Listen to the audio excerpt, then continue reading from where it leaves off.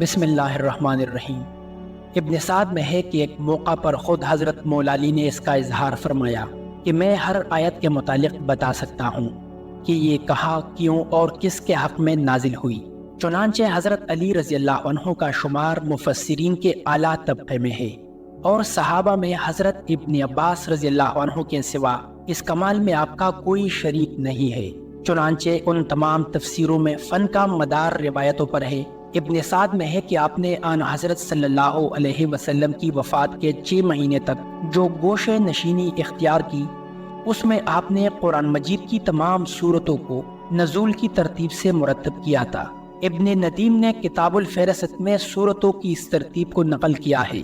حضرت علی المرتضیٰ نے 55 سے لے کر وفات نبوی صلی اللہ علیہ وسلم تک 30 سال آن حضرت صلی اللہ علیہ وسلم کی خدمت و رفاقت میں بسر کیے، اس لیے آپ اسلام کے احکام و فرائض اور ارشادات نبوی صلی اللہ علیہ وسلم کے بہت بڑے عالم تھے۔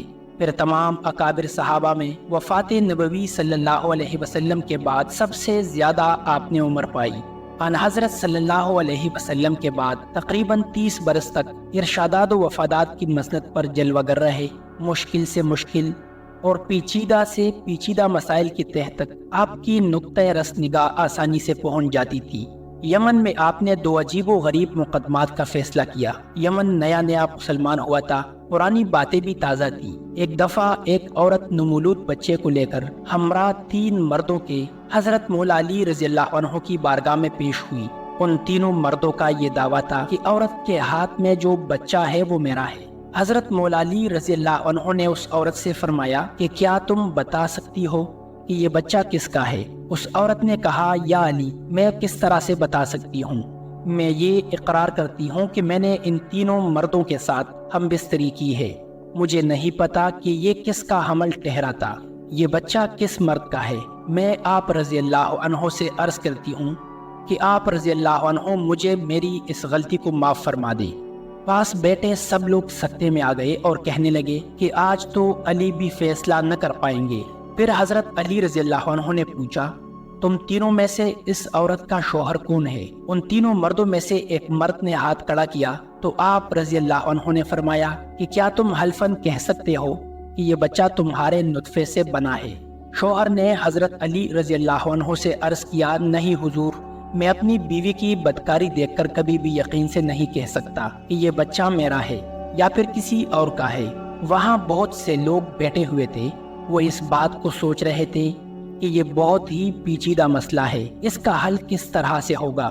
وہاں مشرکین بھی بے شمار جمع تھے۔ مشرکین کہنے لگے کہ آج حضرت علی رضی اللہ عنہ کوئی فیصلہ نہیں کر پائیں گے۔ حضرت علی رضی اللہ عنہ کچھ دیر تک چپ رہے، پھر آپ نے پیدا ہونے والے بچے کی دیت مقرر کی اور دیت کے 3 حصے کیے۔ اس کے بعد حضرت علی رضی اللہ عنہ نے قرعہ ڈالا اور فرمایا کہ میں اب قرعہ ڈالتا ہوں، جس کے نام پر قرعہ نکلے گا بچہ اس کا ہوگا۔ حضرت علی رضی اللہ عنہ نے 3 ٹکڑے کاغذ کے لیے اور تینوں پر ایک ایک مرد کا نام لکھ دیا، پھر اس کو چھپا کر سامنے کیا گیا۔ ایسا کئی بار کیا گیا، جب بھی قرعہ نکلتا تو ایک ہی مرد کے نام کا قرعہ نکلتا تھا۔ جس کے نام اس لڑکے کا قرعہ نکلا، اس مرد کو اس لڑکے کا باپ تصور کیا گیا۔ لڑکے کو غلام سمجھ کر اس کی قیمت لگائی گئی اور قیمت کے 3 حصے کیے گئے۔ جس کے حصے میں قرعہ نکلا تھا، اس شخص سے اس قیمت کے 2 حصے اصول کر کے باقی دونوں مردوں کو دے دیے گئے۔ جب یہ بات حضرت محمد صلی اللہ علیہ وسلم تک پہنچی تو حضرت محمد صلی اللہ علیہ وسلم نے بھی فرمایا کہ اگر یہ مسئلہ میرے پاس آتا تو میں بھی اسی مسئلے کا حل اسی طرح کرتا جس طرح علی نے فیصلہ کیا ہے۔ ایک روایت میں اس طرح سے بیان کیا گیا ہے کہ حضرت عمر فاروق کے زمانے میں ادامہ بن مظعون نے شراب پی تو حضرت عمر رضی اللہ عنہ نے ان پر حد جاری کرنے کا حکم دیا۔ ادامہ نے کہا، مجھ پر کوئی حد نہیں ہے، کیونکہ اللہ تعالیٰ کا فرمان ہے کہ ایمان لانے والوں اور عمل صالح کرنے والوں پر کوئی خرچ نہیں ہے جو کچھ انہوں نے کھایا پیا ہو۔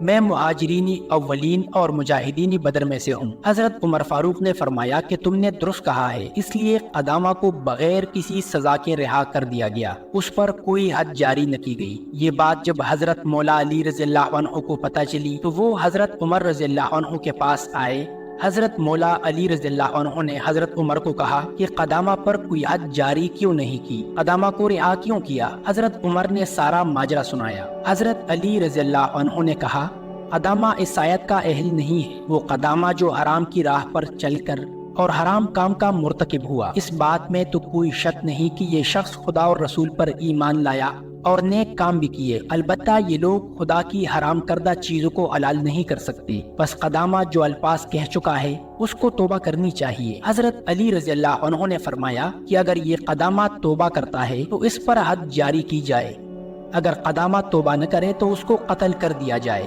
کیونکہ وہ ملت اسلام سے خارج ہو گیا ہے۔ حضرت عمر رضی اللہ عنہ سمجھ گئے تھے کہ قدامہ کو چھوڑ کر غلطی کی ہے۔ حضرت عمر رضی اللہ عنہ نے قدامہ کو دوبارہ طلب کر لیا اور قدامہ کو کہا کہ تم توبہ کرو۔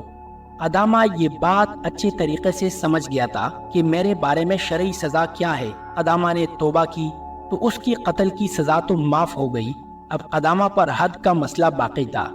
حضرت عمر رضی اللہ عنہ نے حضرت علی رضی اللہ عنہ سے پوچھا کہ آپ مشورہ دیں کہ قدامہ پر کس طرح حد جاری کرنی چاہیے۔